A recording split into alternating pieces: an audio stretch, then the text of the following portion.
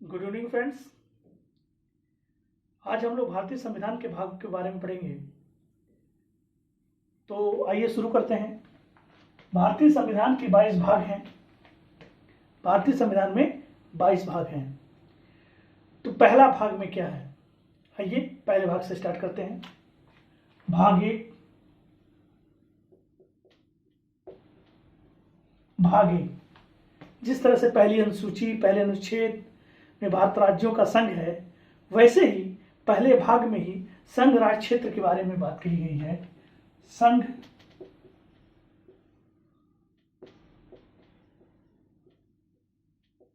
राज्य क्षेत्र, संघ राज्य क्षेत्र भाग एक में है। अब जैसा कि जानते हैं, वर्तमान समय में 8 संघ शासित प्रदेश हैं और 28 राज्य हैं। और यह अनुच्छेद 1 से लेकर के अनुच्छेद 4 तक, अनुच्छेद 1 से लेकर के 4 तक वर्णन है किसका, भाग 1 में संघ एवं राज्य क्षेत्र के बारे में। ठीक, अब दूसरे भाग में देखते हैं। भाग 2। भाग 2, अब भाग 2 में क्या होगा, पहला संघ राज्य क्षेत्र आपने देखा, दूसरे में क्या होगा, दूसरे में नागरिकता है। दूसरे में क्या है, नागरिकता है। दूसरे में नागरिकता का प्रावधान है। यह अनुच्छेद 5 से लेकर के अनुच्छेद 11 तक है।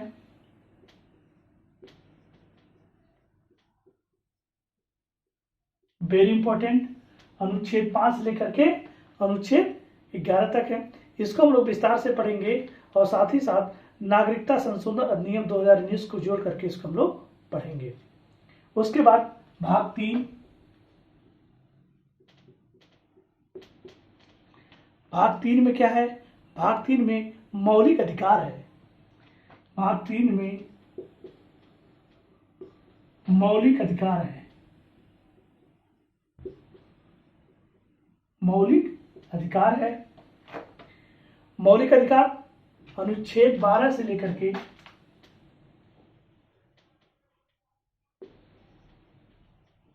35 तक है। अनुच्छेद 12 से लेकर के अनुच्छेद 35 तक किसके अंतर्गत है, भाग 3 के अंतर्गत है, मौलिक अधिकार। अब उसके बाद में इसी में ध्यान रखिए, भाग 4 में, भाग 4 में क्या है, भाग 4 में क्या है, भाग 4 में नीति निर्देशक तत्व है।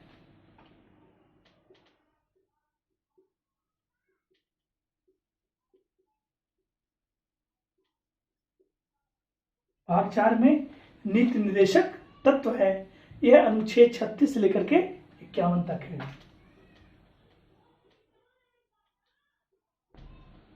अनुच्छेद 36 से लेकर के 51 तक भाग 4 में क्या है, नीति निर्देशक तत्व है। उसके बाद में इसी में एक क्लास जोड़ा गया है 4A। 4A 42वें संविधान संशोधन 1976 के द्वारा मौलिक कर्तव्य।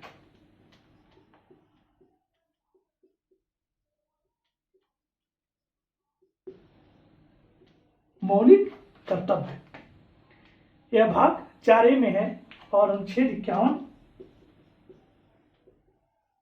का में है। यह भाग 4A में है और अनुच्छेद 51 का में है। अब देखिए, फिर से इसको रिवीजन ले लीजिए। पहले भाग में क्या है, संघ एवं उसके राज्य क्षेत्र हैं। भारत में कौन कौन से कितने संघ हैं, कितने राज्य हैं, कितने संघ शासित प्रदेश हैं, इसको हम लोग भाग 1 में पढ़ते हैं। जो भारत में वर्तमान समय में 8 संघ शासित प्रदेश हैं और 28 राज्य हैं। यह अनुच्छेद 1 से 4 तक है। उसके बाद संघ राज्य क्षेत्र के अंतर्गत भाग 2 में नागरिकता को पढ़ेंगे।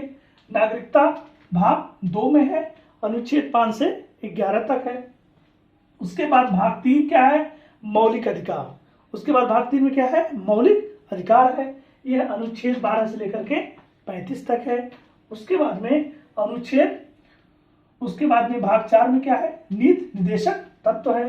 यह क्या है, नीति निर्देशक तत्व राज्यों द्वारा राज्यों का नागरिकों के प्रति क्या कर्तव्य है, इसको किसमें दर्शाया गया है, नीति निर्देशक तत्व में।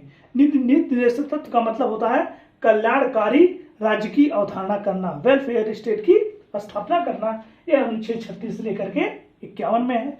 उसके बाद में भाग 4A में क्या है, मौलिक कर्तव्य है। यह 51 क में है, जिसको आप जानते हैं 42वें संविधान संशोधन 1976 के द्वारा सोड सिंह समिति के द्वारा इसको जोड़ा गया था। अब आइए, अब इसके बाद में भाग 5 को हम लोग देखेंगे।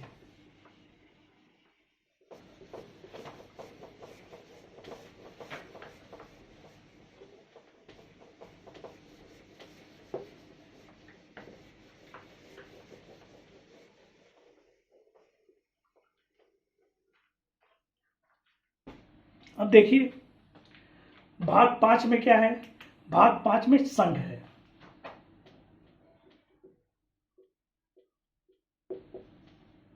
संघ, संघ की बात कर रहा है, केंद्र की बात कर रहा है। यह अनुच्छेद 52 से लेकर के 151 तक है।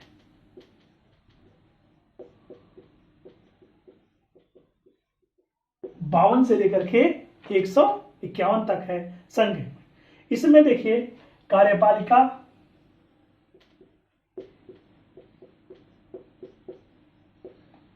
कार्यपालिका, संसद,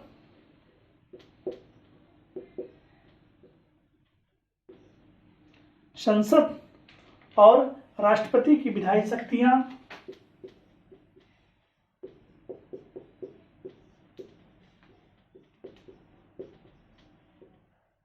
राष्ट्रपति की विधायी शक्तियां, राष्ट्रपति की विधायी शक्तियां, संघ की न्यायपालिका,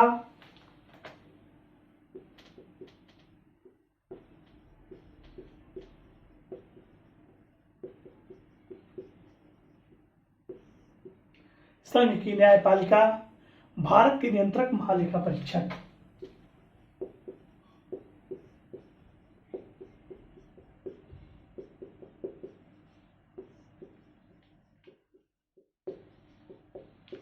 महालेखा परीक्षक,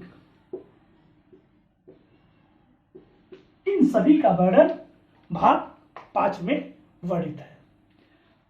अब इसके बाद में भाग 6 में क्या है, ये केंद्र की है। अब इसके बाद इसी के नीचे राज्य में आइए, भाग 6, भाग 6 में राज्य, स्टेट की बात कर रहा है। यह अनुच्छेद 152 से लेकर के 237 तक है। अनुच्छेद 152 से लेकर के 237 तक है, ध्यान रखिएगा। भाग 6 में क्या है, राज्य, अनुच्छेद 152 से लेकर के अनुच्छेद 237 तक है। सेम उसी तरह से स्ट्रक्चर है। कार्यपालिका है, इसमें राज्यों का विधानमंडल है, राज्यपाल की विधायी शक्तियां हो गई, राज्य कुछ न्यायालय हो गए, अधीनस्थ न्यायालय हो गए। पीछे ध्यान से सुन लीजिए, सेम जिस तरह से संघ में स्ट्रक्चर है उसी तरह से राज्यों में स्ट्रक्चर को फॉलो किया गया है, प्रशासनिक स्ट्रक्चर को। ध्यान दीजिए, जैसे कार्यपालिका राज्य में है, राज्य का विधानमंडल है, उसके बाद में राज्यपाल की विधायी शक्तियां हैं, राज्यों के उच्च न्यायालय हैं, उसके बाद अधीनस्थ न्यायालय है। ये सब किसमें है, राज्य के अंतर्गत है। ठीक, उसके बाद में भाग 6 के बाद में हम लोग भाग 7 को पढ़ेंगे। भाग 7,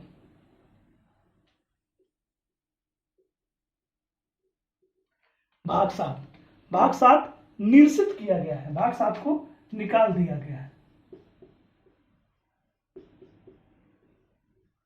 निरसित किया गया है। निरसित राज्यों से संबंधित, जैसे 4 प्रकार के राज्यों की स्थापना किया गया है, उसी तरह से जैसे खंड अ, खंड बा, खंड गा, खंड घा, उसी तरह से खंड बा को इसमें हटा दिया गया है। जो राजे रजवाड़े थे उनको मिला लिया गया, इसलिए उसको निरसित कर दिया गया है। पूरे भारत के भाग में भूभाग मिला गया है, इसलिए भाग 7 को निरसित कर दिया गया है। अब देखिए भाग 8 में,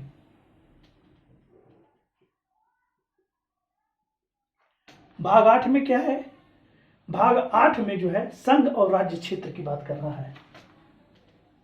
भाग 8 में संघ और राज्य क्षेत्र की बात की जा रही है। भाग 8 में, भाग 8 के अंतर्गत है अनुच्छेद 239 से लेकर के 242 तक संघ और राज्य क्षेत्र की बात कर रहा है। ठीक, भाग 9 में देखिए, भाग 9 में पंचायत है, वही ग्राम पंचायत 73वां संविधान संशोधन 1992। कुछ याद आया आपको? 73वां संविधान संशोधन 1992, ग्राम पंचायत, अनुच्छेद 40 नीति निर्देशक तत्व, राज्यों का गठन, याद है कुछ आपको? उसी के अंतर्गत है भाग 9 पंचायत। इसमें आर्टिकल 243 से लेकर के 243 तक है। उसके बाद में भाग 9 क्या है?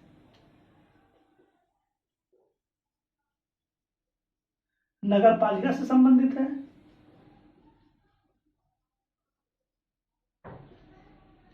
नगर पालिका से संबंधित है।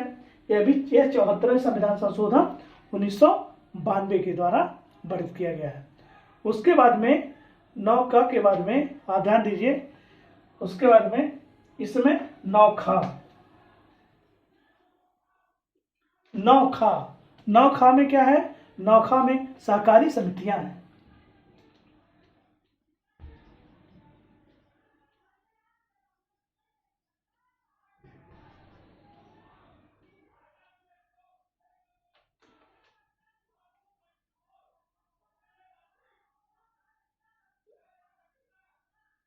नौखा में सहकारी समितियां हैं। भाग 9 ख में क्या है? सहकारी समितियां हैं, जिसको 97वें संविधान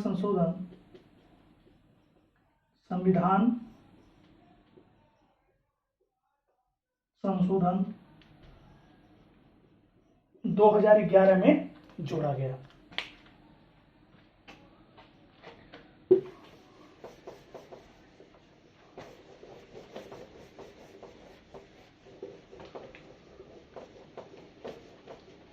अब इसके बाद भाग 10,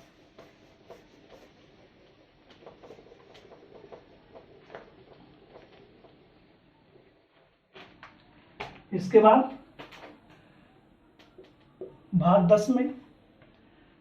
10 में अनुसूचित जनजाति क्षेत्रों के बारे में है।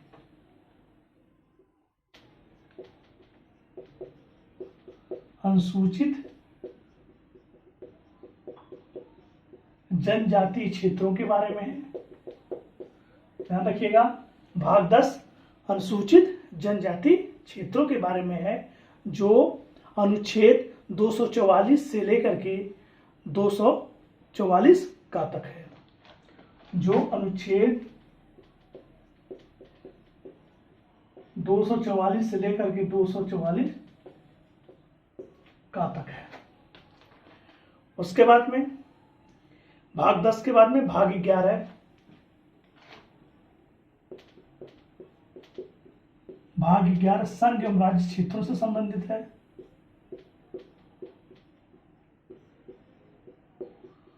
संघ एवं राज्य क्षेत्रों से संबंधित है भाग 11। देखिए, यह जो संघ एवं राज्य क्षेत्र है, इसके बीच संबंध को दर्शा रहा है। संबंध दो प्रकार के दर्शा रहा है। पहला विधायी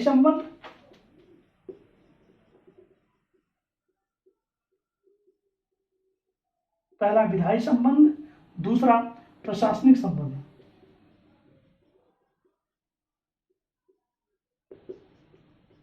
प्रशासनिक संबंध दो प्रकार के संबंध को दर्शाता है। कौन? भाग 11।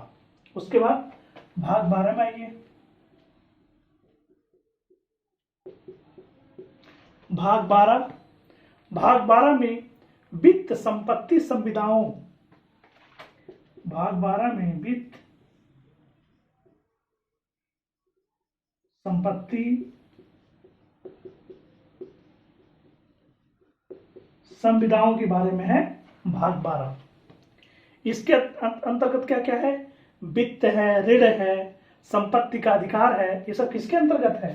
ये सब भाग 12 के अंतर्गत है। ध्यान रखिएगा, ऋण, संपत्ति, वित्त, इसके अंदर लिख लीजिए, ऋण, संपत्ति, वित्त, ये सब किसके अंतर्गत है? भाग 12 के अंतर्गत है। उसके बाद में क्या है? भाग 12 के बाद भाग 13, भाग 13, भाग 13 के अंतर्गत क्या है? भाग 13 के अंतर्गत भारत के राज्य क्षेत्र के भीतर व्यापार, वाणिज्य और उससे संबंधित उपबंध हैं। भाग 13 के अंतर्गत क्या है? व्यापार,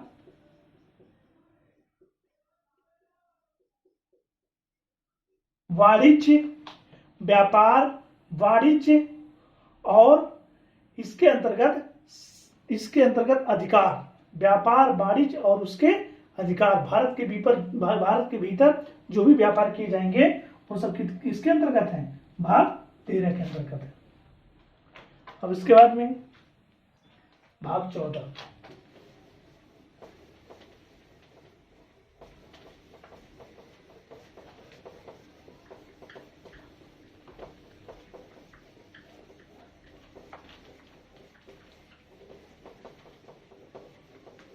अब इसके बाद भाग 14,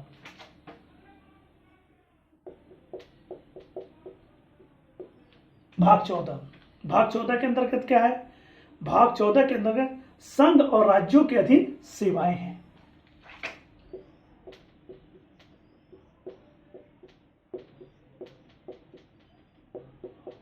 राज्यों के अंतर्गत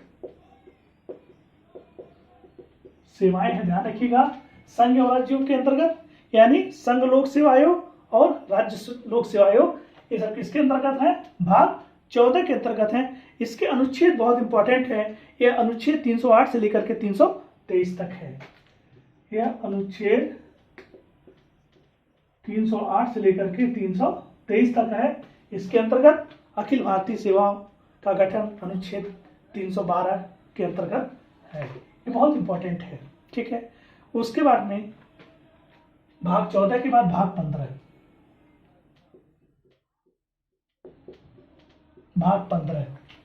भाग 15 के अंतर्गत क्या है? भाग 15 के अंतर्गत है, भाग 15 के अंतर्गत निर्वाचन आयोग है।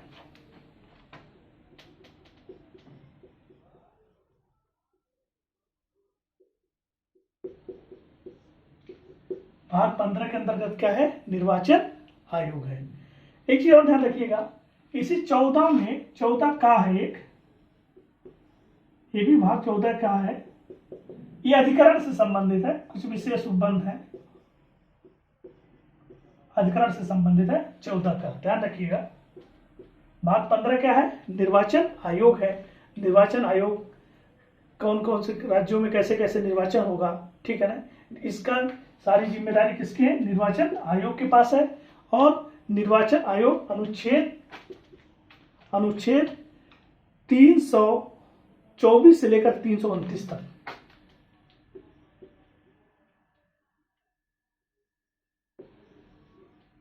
निर्वाचन आयोग का प्रबंध है।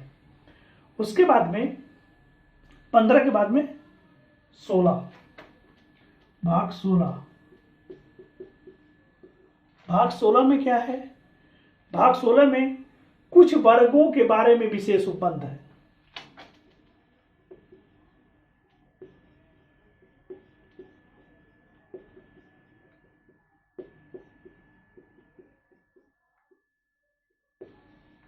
विशेष उपबंध है, कुछ विशेष वर्गों के बारे में विशेष उपबंध है, जैसे जनजातीय क्षेत्र है, जनजातीय क्षेत्रों का प्रशासन है, उनके संबंध में किसमें है? अनुभाग 16 में है, जो अनुच्छेद 330 से लेकर के 342 तक है। अनुच्छेद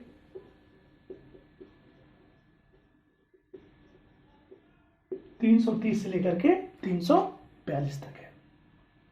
उसके बाद में भाग 16 के बाद में भाग 17 बहुत इंपॉर्टेंट है। भाग 17 राजभाषा से संबंधित है।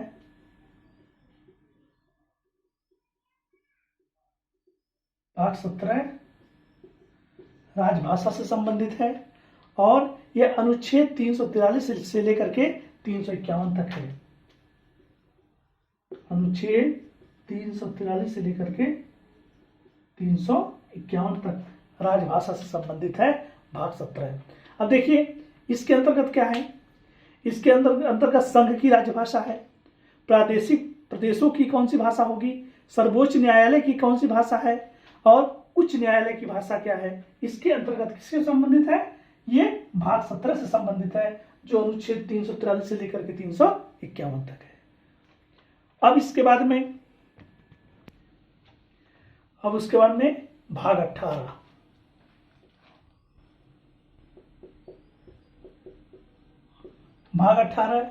भाग 18 क्या है, आपात से संबंधित है।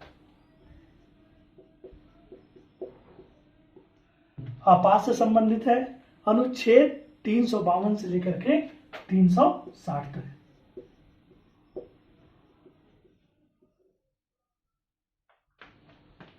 तीन प्रकार के आपात होते हैं। पहला राष्ट्रीय आपात होता है, दूसरा राष्ट्रपति शासन होता है, तीसरा वित्तीय आपात होता है। ठीक है ना। कि जर्मनी के बीमर संविधान से लिया गया है, ध्यान रखिएगा, कई बार एग्जाम में पूछा है। जर्मनी के बीमर संविधान से,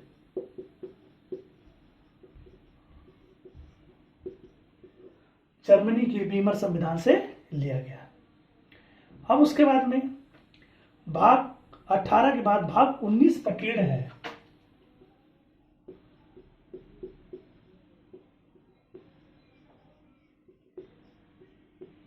भाग 19 प्रकीर्ण है, कुछ उपबंध इसमें है, बहुत ज्यादा इंपॉर्टेंट नहीं है। भाग 20 बहुत इंपॉर्टेंट है, कई बार एग्जाम में पूछा गया है। भाग 20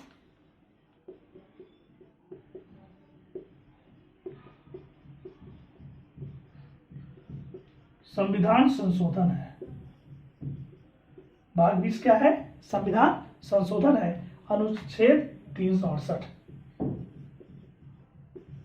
अनुच्छेद 368 भाग 20 संविधान संशोधन दक्षिण अफ्रीका के संविधान से लिया गया है। उसके बाद में भाग 21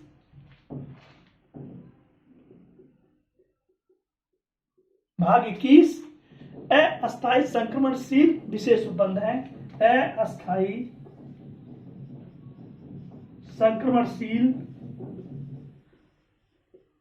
संक्रमणशील विशेष उपबंध है, विशेष उपबंध है। कौन, भाग 21। भाग 22 में है संक्षिप्त नाम और प्रारंभ में जो हिंदी से संबंधित है। भाग 22 संक्षिप्त नाम प्रारंभ में हिंदी से संबंधित। बस वेरी इंपॉर्टेंट, आपको 20 तक बहुत ज्यादा याद रखना है। 20 तक बहुत ज्यादा महत्वपूर्ण है क्योंकि यहीं से मैक्सिमम सवाल पूछे जाते हैं। दोस्तों आपको वीडियो कैसा लगा कमेंट करके जरूर बताएं और वीडियो को लाइक सब्सक्राइब जरूर करें। नमस्कार दोस्तों।